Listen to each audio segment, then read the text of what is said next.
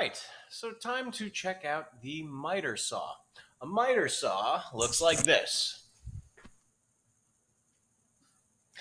Miter is just a fancy term for angle. This particular saw is called a compound sliding miter saw. A lot of prefixes there. But what does it mean? It's a miter saw, so I am able to adjust the angle, but it's a compound miter saw. So using one of these black levers in the back, there's one on each side, I'm able to somehow unlock it, and now I can tilt the blade left or right.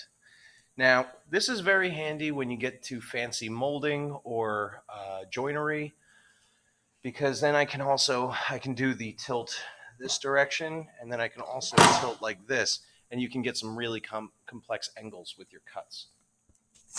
This is how the miter saw is more capable. This is one of the core competencies, the things that the miter saw is better at than a radial arm saw. Um, Now it's also sliding. This is awesome.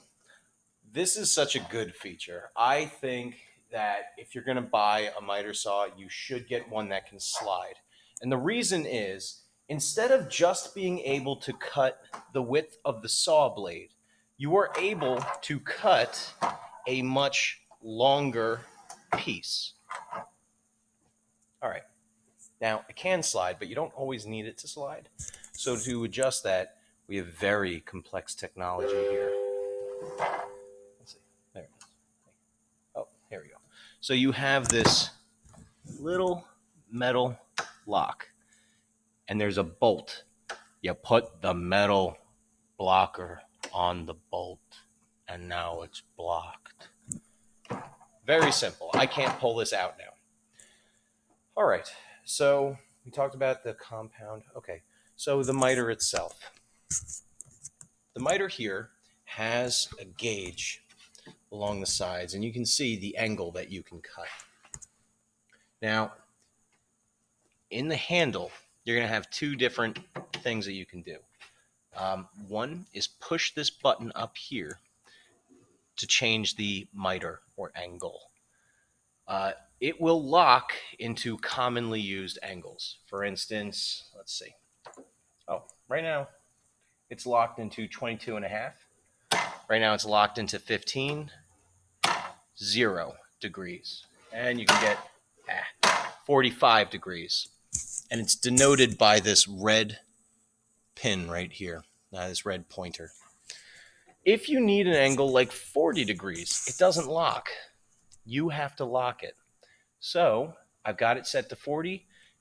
This flapper here, you pull that down, now it is locked. I can't pull it. All right. I have now reset my saw, so it is just going to be a straight cross cut. Some additional things. We have a fence here, but it's offset in the back. You can see it actually is not flush or flat with this portion. This is because we are able to adjust the fence. You can make a shorter fence that just covers this area. However, for larger pieces of wood, I have it preset to here. To adjust the fence, there's a knob. If you loosen that knob, you can slide it back, and you can lock it in position by tightening that knob. I'm going to loosen that knob, though, and return it to where it was. Okay. With this tool, the key thing to keep in mind is that there is a blade. It's going to go through this slot, and there's colors, bright warning colors like in nature. Keep your hand 3 to 4 inches away. You don't want your hand to be anywhere near it, basically. When you hold your workpiece to the fence, you want to be pushing down and back, but you want to be pushing down where there is metal. Otherwise, it could tilt. So I'm just going to get my workpiece.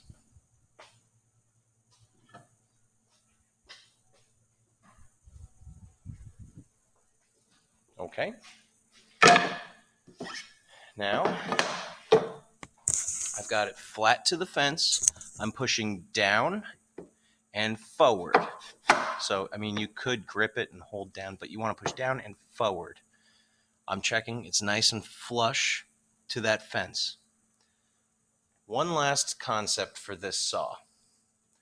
The motion that you want to make. You are going to go like this. So it's going to be not locked. It's going to be out, down, forward, up. You press and release the button when you are away from the workpiece. So I would press the button, out, down, forward, up, release. There's a trigger in the handle. That's going to make it go. I'm going to set you up with a nice view. Okay. So, safety glasses on, pushing forward, pushing down. Nice flat, tight grip. I'm going to pull the trigger and do my motion.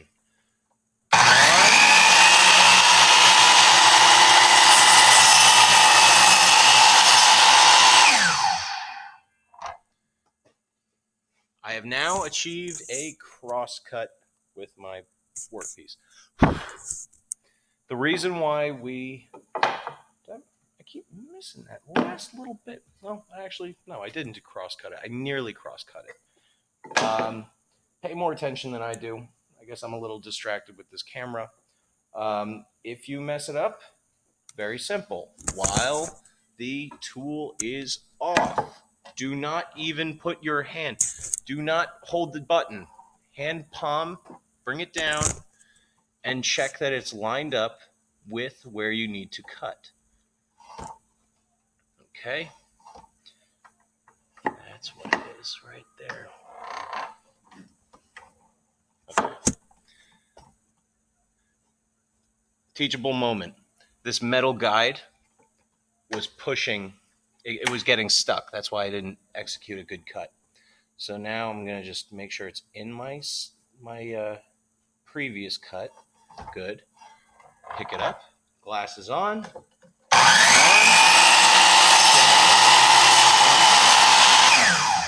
And now it is clear. That's how you use a miter saw for cross cut.